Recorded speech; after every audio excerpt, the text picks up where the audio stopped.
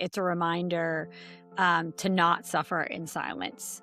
Yeah. And it's all about making a plan before you need it. And one of the things I always like to share here is at SimpliFed, we did a study with UMass Chan Medical School. Okay. And, if you haven't picked up SimpliFed, we're very inclusive no matter how you choose to feed your baby. And with that inclusivity, when we did our clinical study, when they looked at patients that went through our care pathway, starting during pregnancy throughout postpartum, versus those that did not, our patients that went through our care pathway had 16 weeks longer breastfeeding duration than those that did not. Specifically with mental health, they breastfed for 24 weeks longer. And I think that's really important because it shows that actually when you get inclusive support, then you actually breastfeed for longer. And the point is that it starts during pregnancy and continues throughout postpartum. Welcome to the Motherhood Clinic, a podcast about caring for mothers after childbirth, led by clinical experience and real-life stories. If you're a new mom and ever asked yourself, is what I'm going through normal? Should I be worried? Or who should I ask for help? This podcast is for you. It's for anyone navigating those early weeks, months, or even years after having a baby. Each episode brings together voices from across the motherhood journey, from clinicians, experts, and mothers from all walks of life. We're here to help you feel more empowered in your unique motherhood journey. We believe in a better start to motherhood.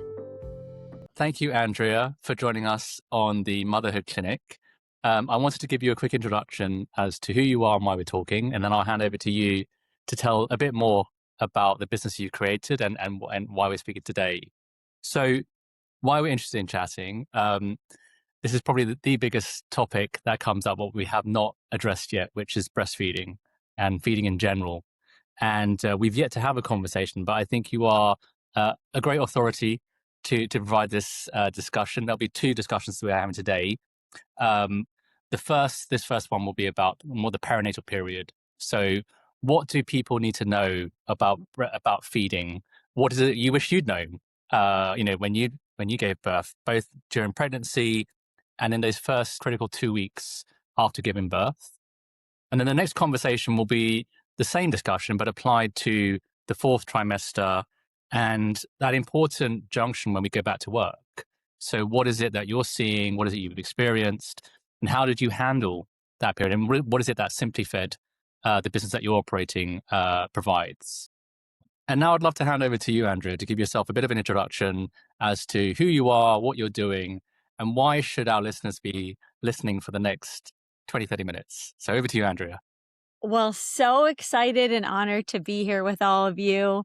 So my name is Andrea Ippolito, and I'm the CEO and founder of SimpliFed. SimpliFed is a maternal care at home platform that to date has been very centered on our core focus, which is virtual breastfeeding and baby feeding support. I started SimpliFed after having my first daughter. She's now 8. But with her, I was so excited, just like all, new pregnant parents and preparing for the birth. And then all of a sudden, after she was born, they handed me over to her and they said, all right, now is breastfeeding part of your choices? I said, yes. All right, let's breastfeed. And no one had prepared me for that experience. I knew high level and I had gotten a breast pump and I'd gotten bottles and these types of things, but I hadn't really prepared for it, mentally and physically. And my daughter was born actually very early. And so she continued to drop weight. She dropped more than 10% of her birth weight. And so we went over to formula, which was great and very important and very supportive of formula as a choice. But the thing that was very frustrating to me is that no one had prepared me for that. And no one had prepared me for baby feeding more broadly. And I felt like such a failure at my first task as a parent. And especially when you're in those early days, postpartum, your hormones are all over control. And I just felt that that this was such an unnecessarily painful journey, both physically and mentally. I just thought breastfeeding was very painful. And I just thought that I really needed more support. And because breastfeeding shouldn't be painful. Secondly, it often was pitched breastfeeding versus formula. And the reality is that, most moms do both at certain times, and that should be supported. It should be about moms' choices and what works best for families. But I didn't like that there was almost like two camps and you felt less than. And that was just a second piece. And then third, what I learned is that there actually are providers and healthcare professionals, lactation consultants that are available to help support and in the US covered by insurance. But most importantly, that there are these healthcare professionals that can help navigate, but they very much weren't part of the standard of care that I experienced. And so thought there's got to be a better way. A tiny bit about my background prior to starting SimpliFed is my research in graduate school was in the military health system on how to design and scale systems surrounding virtual behavioral health to improve access to care. So I had been working in virtual care for close to a decade, know how to design very scalable systems. I co-founded my first company also out of grad school, sold that to a company called Athena Health. And then I did a lot of work at the Department of Veterans Affairs surrounding healthcare systems. So I love using technology to really improve access to care. So when you marry that with the pain point that I personally experienced and my background, that really was the impetus for starting SimpliFed. And so what we do at SimpliFed is we work with families starting during pregnancy and continue throughout the postpartum experience, usually up to a year or longer than a year after Mm. baby's born. And we have a network of healthcare professionals that are lactation consultants, many of which are also nurse practitioners. And they work with families in an ongoing way, starting during pregnancy, to prepare for what's to come for baby feeding and breastfeeding, do a lot of education, design a care plan that works for families designed to their goals. And then after baby's born, we continue working with them. And this is the bulk of the care that we deliver in those early days, helping with latching, positioning, overcoming any pain because it shouldn't be painful, Mm. sleeping and feeding, transition back to work. And so we are this longitudinal care model that helps work with families over time.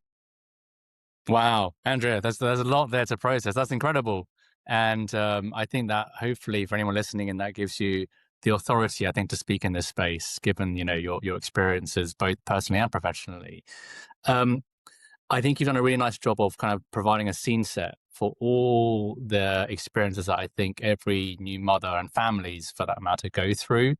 In your story, you've talked about how do you prepare, expectations, feeling like a failure, the mixed feeding or the different camps, and those are all very big topics that I'd love to go into more detail on. Within the scope of the pregnancy and the first 2 weeks scope, and then we can apply that again to the next conversation as well. But you know, under the theme of what I wish I'd known, right? If that were the title that we're trying to think about, there's probably so much you wish you'd known around those themes that we've just discussed. So maybe let's go into each of those and trying to pick apart and share more wisdom, experiences, and food for thought for others. So the first one being around this, how do you prepare for something, and how do you plan for something that you can't really prepare for, right? Because you don't know, and that's probably be one of the biggest questions I think for a first time pregnant mother or expectant family. So how do you approach that? Well, I love this question because I was given the gift to actually A/B test this question Okay. because my first daughter was the inspiration for SimpliFed. I Okay. started SimpliFed in around having my second daughter, and then my third daughter, SimpliFed, was launched and really scaled and going. Yeah. And so my first daughter was the inspiration, but my third daughter and I were patients on the platform. So I, Okay. I got to really test this out what I'm about to share in practice, and I can share the outcomes of that. So Yes. what I wish I had known with my first daughter is a few things. One, that um, your milk takes 2 to 5 days to come in, and that it's droplets at first.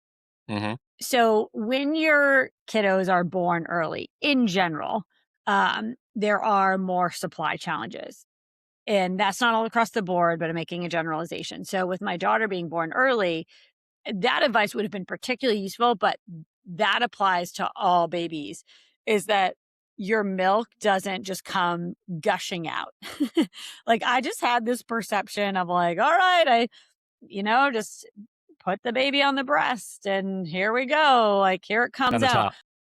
Yeah, exactly. That is not the case. It takes often 2 to 5 days to come in. In fact, your milk will be just truly be droplets at first. And so one of the problems and frustrations I had is that you got a lot of support in the hospital, but not a lot of support when you went home. And when you went home is actually when your milk comes in. So I could have really used that support. So that's the first thing I wish I'd known, that your milk is droplets at first and that it takes 2 to 5 days to come in. So it's not going to just happen overnight. The second thing I wish I had known is that breastfeeding should not be painful. I think there is this mindset of just suffer through it, right? Like pain, it's both like childbirth is hard and it is hard. And postpartum, you just got to suffer through it. That is a dated mindset and it shouldn't be that way. Breastfeeding should not be painful. If you get access to evidence-based support, it should it's not like, a lily pad under a rainbow, right? But it's shouldn't be that toe curling pain that I experienced. And so if you are experiencing that toe curling pain, which by the way, I was experiencing with my third daughter, I got access to support.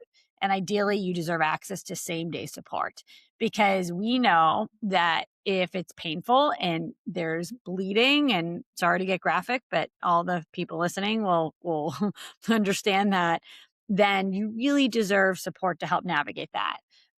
There are things like nipple shields that you can use. Now, nipple shields are a great tool when you're in pain. There can be some supply and transfer challenges with them, but the way I look at it is risk mitigation. If that is going to allow you to mitigate your pain for a little bit, to let this very sensitive tissue, this organ, recover after being in that toe curling pain or bloody nipples, whatever that might be, then use a nipple shield. And then you'll figure out how to wean off of it to further prevent any supply or transfer issues. But my mom used to say to me is, don't try to be the hero here, is get access to Mm. support. And so those are some of the big overarching themes of what I wish I'd known, starting during pregnancy and in those early days. And then there's one other one actually, and this will change quite a bit, is that I'm a very type A person. So I was like, I'm going to put baby on a feeding schedule. Bad news for you is that is not something you can't just put baby on your schedule. And the way we like to think about it at SimpliFed is that there are feeding rhythms, right? Mm. There might be in those, especially those early days, you might be breastfeeding every 20, 30 minutes at times and then go through a 3-hour break. There will be times that it will be more of that 2-hour range that you typically see cited.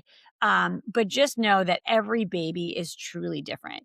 What worked for your first baby will probably not work for your second and third and subsequent babies. What worked for your neighbor's baby or your sister's baby might not work for your baby. And so don't try to compare yourself to others, because those rhythms are going to be so different for each baby. And there could be differences on birthing and all those things as well. Yeah. Andrea, there's so much there, like a wealth of information. I really like the point about finding your rhythm, or just accepting what rhythm that is. And that rhythm isn't going to be the same by baby, by day, by session, etc. Right? I think that's certainly something that we definitely had challenges with. And I think that's coming on to the next question around, expectations, and when those expectations aren't met, that sense of failure. Because I think there are some useful resources out there. There are some amazing books. I think we had Baby Week by Week. I can't remember the author, but that was surprisingly true to life for us. But that's not to say it's the same for everybody. And I think there are general principles that you're speaking about, which I think they're not rules, but they're just general ways to look at things, and maybe more of a mindset understanding. And as you mentioned, more of the rhythm, which I think is a really good way to look at things, as opposed to do this and do this, which equals this, right? So yes, I think that becomes a real challenge. I think, as you mentioned, for those type A personalities, where up until this point in your life, your efforts have usually equated into outcome. And we've had this conversation with in so many of our podcasts, where it becomes that much more difficult for those kind of personalities to accept that their effort doesn't translate into outcome. So I'd love to delve a bit deeper into how do you resolve that? Again, what would you wish you'd known, or how would you speak to those people that feel like a failure because there are mismatched expectations? What are some practical things that they themselves can do, but maybe also the person looking after them? So if I was the partner, or the mother, or the grandparents or carer, or just a friendly friend, what advice would you give to the person going through it and the person caring for that person? Yes. Well, the first thing I'd say to the person is, "Holy moly, I was with you in that hole." And Okay. so I know exactly how you're Okay. feeling, Yeah. and that I think we do a disservice to parents just visually on social media, where they show, mom and just smiling, Yeah. looking at her baby breastfeeding. It looks so precious and Yeah. Yeah. lovely. I joke, but this was a real thing. I was strawberry picking with my daughters, and there's this woman doing a photo shoot breastfeeding, literally in the middle of a strawberry patch, and she had her hair done up, and there was a professional photographer. And I'm like, that's the problem. That is the problem, because people think that's what it looks like. And let me tell you, that was not my experience. It is the middle of the night, or you don't know which way is up. You feel so exhausted, like exhausted. You're in pain. You've had Yeah. this very major medical procedure. So what I would say about expectation setting is that it's all about setting those expectations during pregnancy. So we Mm. talk a lot about labor. We talk a lot about your birth plan, but we don't actually talk about feeding. And as we talked about, even feeding plans, I love making a feeding plan, but I think a key part of the feeding plan is that you might need to rep up your feeding plan, because it's all about knowledge is power. Knowing things like your milk takes 2 to 5 days to come in, that it's going to be droplets at first, really thinking about how you will be feeding and what are your goals for feeding, but how will you use your network, to your question. So, for instance, one very powerful thing that I encourage families to do if they are open to pumping is to think about how you can be pumping during the day so that you can get some stored milk. If this is part of your goals, of course, this is a choice. I want to just say this very clearly, is that if this does not sound like something that works for you and you want to exclusively feed from the breast, rock on. That is so your choice. And I love that. Secondly, if you're like, I want to find a way to get a little bit more sleep, but I still want to exclusively feed my baby with breast milk, one tool that you can use is pumping a little bit more during the day. And then that way your partner can wake up at night. And Mm. help feed. Now, I just also want to say this is that one of the things that you have to navigate there is your supply, because you do need to empty your breasts. And this is actually another thing I wish I had known, is that breastfeeding is a very supply and demand thing. So the Mm. more that you can remove breast milk from your breasts, especially if you had supply challenges. I was one of those folks that always had supply challenges with all three of my kids. You very much want to be emptying your breasts as much as possible. That is especially true with sleeping and feeding, unfortunately, is that you do need to, even if your partner is going to help feed in the middle of the night, you do need to find ways, maybe every 4 hours or so. But again, I don't like to be prescriptive there, because some people might fill up after 2 hours, and And it's really important that you empty your breasts to prevent things like mastitis. It first starts as a clogged milk duct. And then as that milk starts to kind of gather, it can breed some bacteria. And then that's what can cause that infection called mastitis. That is very painful. We will save that conversation for another time. Mm. So you do need to still be emptying your breast throughout the night, but you can have a little bit longer periods of sleep. And so sleep is so important to mom's mental health. So that is one choice you can make. And then a third is, of course, formula. And so that can be a part of how you think about it. Again, if you're wanting to breastfeed, you want to think about ways to still empty your breast throughout the night, but you can get a little bit longer stretches of sleep. But depending on what your goal is, it is really important that you're emptying your breast, but there are ways that you can design a plan that will get you a little bit more of sleep. And I Yeah, wish I had really thought about that because sleeping and mental health is so important yeah, and yeah. we shouldn't just be suffering through it. There are ways to make plans that make it a little bit better. Yeah, yeah. Look, I'm thinking, Andrew, we should have scheduled probably a few hours for this conversation. I think there's plenty more within all of these. I mean, just one reflection from our experiences. Again, you learn from the first, which is, which is a shame because hopefully you want to be prepared for your first. And it might only be your first, maybe. And the second one was like, oh, we kind of wish we'd known this the first time round. And so often we endured and it was like the level of effort is how much I love my baby. So I'm going to endure this for my Mhm. baby. And that becomes a really difficult mindset to shift out of because, again, that's where the guilt comes in because, oh, is Mhm. it I'm not trying because I'm not loving this baby enough? I haven't been there for 6 hours on this. I'm not trying for the 6 month or whatever, how long it is. And maybe I'm not trying hard enough. And that's a very challenging mindset, I think, to work around. And there isn't much you can really do when you get to that point, because then you're like, the opportunity to rectify that, as you mentioned, is really in pregnancy. But the difficulty there is you're not faced with the immediate challenge of, I'm not road testing this thing yet. So I think that's the eternal challenge. I wrote 3 words down when you were speaking, Andrea. I think the one that there were knowledge, planning, and choice. And I think that's kind of like some of the things that you really bring up. Like the first thing is, as you're saying, your education and the knowledge of how do you find trusted information that isn't the TikToker in the strawberry fields. Like, bloody hell, like who does that? Anyway, but Mhm. yeah, I guess it's curating the information that you think is useful to give you Mhm. constructive and realistic expectations of what you might go through and what you might not go through.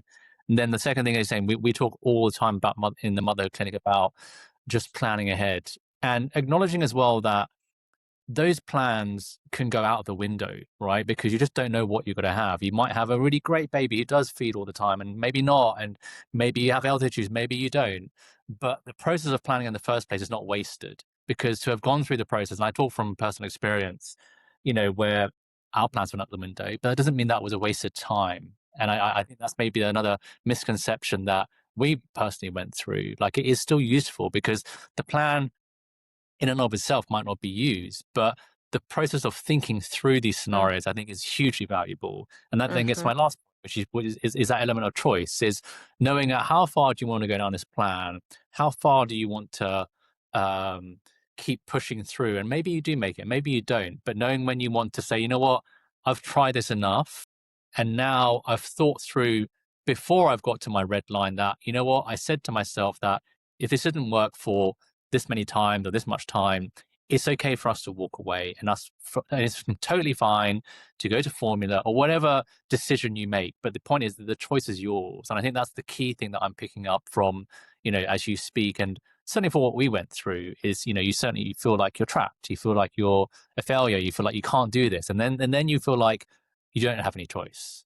So I Mhm. think that's just me relating a lot with and I'm sure every mother and carer and family member will identify that has been through this, will identify with it. But it is going to be that eternal challenge of how do you speak to someone that has yet to go through this, that wants to know it, but then isn't faced with the sleep deprivation, the hormonal challenges, the demands of a newborn. So I guess my next question then is, it hopefully is clear to everyone listening in that you should and that you do you need help and that it is okay. And probably a bit foolhardy not to ask for help. But it is the number one thing that everyone struggles with because, maybe you just need to push through again. So again, how do we start to bridge that gap, especially for those first time parents, in terms of how and when to seek help? Andrew, what's your advice there, and how to find good help? Right. So can you give me your thoughts on that? Yeah, well, I love this question because it's a reminder to not suffer in silence. And it's all about making a plan before you need it. And one of the things I always like to share here is at SimpliFed, we did a study with UMass Chan Medical School. And, if you haven't picked up SimpliFed, we're very inclusive no matter how you choose to feed your baby. And with that inclusivity, when we did our clinical study, when they looked at patients that went through our care pathway, starting during pregnancy throughout postpartum, versus those that did not, our patients that went through our care pathway had 16 weeks longer breastfeeding duration than those that did not. For Mm, those that had a diagnosis of mental health, there was also other comorbidities looked at, but specifically with mental health, they breastfed for 24 weeks longer. okay. And I think that's really important because it shows that actually, when you get inclusive support, Mm, then you actually breastfeed for longer. And the point is that it starts during pregnancy and continues throughout postpartum. And so, what I would say to folks is reach out during pregnancy and do a prenatal consultation. Typically, ours are 30 to 60 minutes. We do a lot of listening. For folks like me with my first kiddo, I had no idea what to expect. So, I actually did I did as the patient, a lot of listening because I was like, what does this look like? And I haven't made up my mind on my feeding choices, and they just walk through different options. And then we designed, a first draft. I always say like B1 of a care plan, mm, feeding plan that works for families. And then I actually did a second prenatal visit because pumping was going to be part of my feeding plan. And, I always joke with my first daughter, I have 3 engineering degrees. My mom has 2 engineering degrees. Between our 5 engineering degrees, we couldn't figure out how to work the dang pump.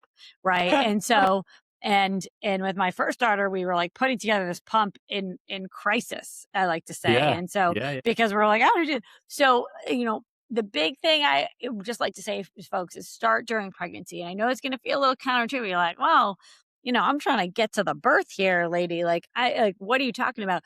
The point is that you're making a plan and you're preparing for those early feeding days, especially in those first couple weeks. And the earlier you can get your head wrapped around that and start to make sense of it. I always talk with my friends and family. It's all about like people in sports do this. They're visualizing what's about to happen. They know what's about to happen. You're building that muscle physically and mentally. So that way, when you're in that situation, you are ready for it. You have set those expectations. So that's why you really want to help really get access to support as early as possible. So how do you find support? So there are great platforms like SimpliFed that you can go to for support. The other thing I would recommend is often your labor and delivery unit or your OB or midwife will have access to a list of lactation consultants in your community. That's really important. So ask for that list maybe around in between your 20 to 28-week prenatal visit, the end of your second trimester, early third trimester. Ask for that list early and ask to do a prenatal consultation with them. So whether you engage with online platforms like SimpliFed or in your community, I really encourage folks to reach out to your local resources and to go from there. Great. I think there's a wealth of information in everything that you've just said there, Andrea. And again, I'd never heard of lactation because I didn't even know what that thing was until obviously you need it. But again, the central message of, you know, when you are, in your pregnancy, that is an opportunity. I'm not saying it's the easiest time, but it's certainly easier probably than it is after you've had the baby to kind of think ahead as to what you may need and to maybe budget for these things, right? Or not maybe, but I think ideally you should budget the time and effort and money you want to put against these things, because if it's a priority, then you should. You know. And that's something I think again we learned in our second that we should have done for our first. Hmm. And it just sparks a memory. The number of baby bottles and different types of contraptions that we bought. I can't remember. We must have had about 10 or 20 of them, thinking that everything would be different. So there is an element of trial and error in addition to the planning. But I think it was just, I think everyone that has been through this will identify what you're speaking about. I'm sure there's more we can talk to, but I'm keen as well that we kind of mark out this conversation. Hopefully what we've done today is we've talked, far ranging. I mean, there's far more conversations to be had, but this is just a little bit of a taster of hopefully what you can expect if you are expecting, and how to start to navigate that, and the role of people like yourself at SimpliFed and what they're doing. So Andrea, I wanted to say a big thank you for you in this conversation.